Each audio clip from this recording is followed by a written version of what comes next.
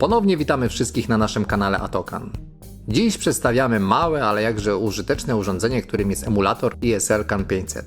Jest to emulator rygla blokady kierownicy do zastosowania w samochodach Renault. Nie jest już to tajemnicą, że od jakiegoś czasu producenci różnych produktów znani są z tak zwanego postarzania produktu, czyli w każdym urządzeniu jest coś, co ma się popsuć po określonym czasie. Ten proceder można też zaobserwować na rynku motoryzacyjnym. A dzisiaj będziemy mówić o blokadzie kierownicy w samochodach Renault. Objawy uszkodzenia rygla blokady kierownicy w samochodach Renault. Objawem źle działającego rygla blokady kierownicy jest fakt, że nie możemy uruchomić naszego samochodu. Kierownica jest zablokowana, a naciskając przycisk rozruchu auto po prostu nie uruchamia się. Czasami po kilkukrotnych próbach coś zaskakuje i możemy uruchomić nasze auto. Możemy również zauważyć komunikat na wyświetlaczu deski rozdzielczej Steering Locked, co oznacza, że kolumna kierownicy jest zablokowana. Jednak jeśli chcemy mieć pewność, że uszkodzony jest rygiel blokady kierownicy, proponujemy skorzystać z naszego rozwiązania, którym jest emulator ESL CAN 500 dla samochodów Renault. Z jego pomocą sprawdzimy blokadę kierownicy szybko, sprawnie i będziemy mieli 100% pewność, co jest uszkodzone. Jak to działa? Nowoczesne pojazdy są wyposażone w blokadę kierownicy, która jest urządzeniem zabezpieczającym przed kradzieżą. Jest to niewielkich rozmiarów urządzenie przymocowane w górnej części kolumny kierownicy. Uniwersalny emulator ESL CAN 500 służy do sprawdzenia poprawności działania blokady kolumny kierownicy bez konieczności demontażu. Działanie emulatora ESL CAN 500 rygla blokady kierownicy jest bardzo proste. Wypinamy z układu elektroniczną blokadę kierownicy, wyciągając wtyczkę i wpinając nasz emulator. Jeśli auto się uruchamia, a na wyświetlaczu nie pojawia się już komunikat Steering Locked, to oznacza, że w testowanym samochodzie jest uszkodzony rygiel elektronicznej blokady kierownicy i trzeba go wymienić.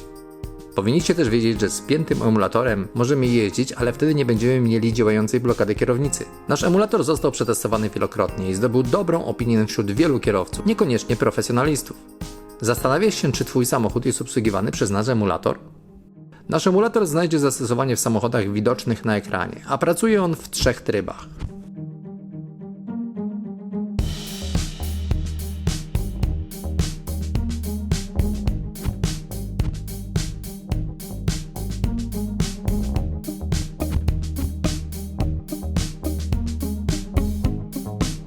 Zastosowanie w praktyce. A teraz pokażemy, jak można zastosować nasz emulator na przykładzie powiedzmy naszego pacjenta, którym jest Renault Scenic 2 z 2004 roku. Musieliśmy zdemontować blokadę kierownicy, ale teraz wpinamy ją, aby pokazać Wam, jaki komunikat otrzymujemy, kiedy blokada jest uszkodzona. Jak widzicie, w momencie, kiedy chcemy uruchomić samochód, na desce rozdzielczej widzimy komunikat Steering Locked, co oznacza, że kolumna kierownicy jest zablokowana, a co za tym idzie? Nie pojedziemy, bo nie odpalimy auta. Wypnijmy zatem uszkodzoną elektroniczną blokadę kierownicy i zastąpmy ją emulatorem.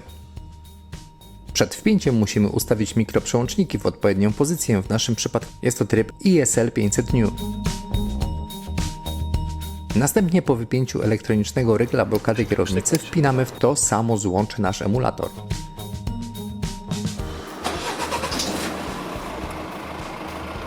Teraz jak widzicie, Scenic uruchomił się bez problemu. Okej, dziękuję. Daj zapal jeszcze raz może. Jeszcze raz.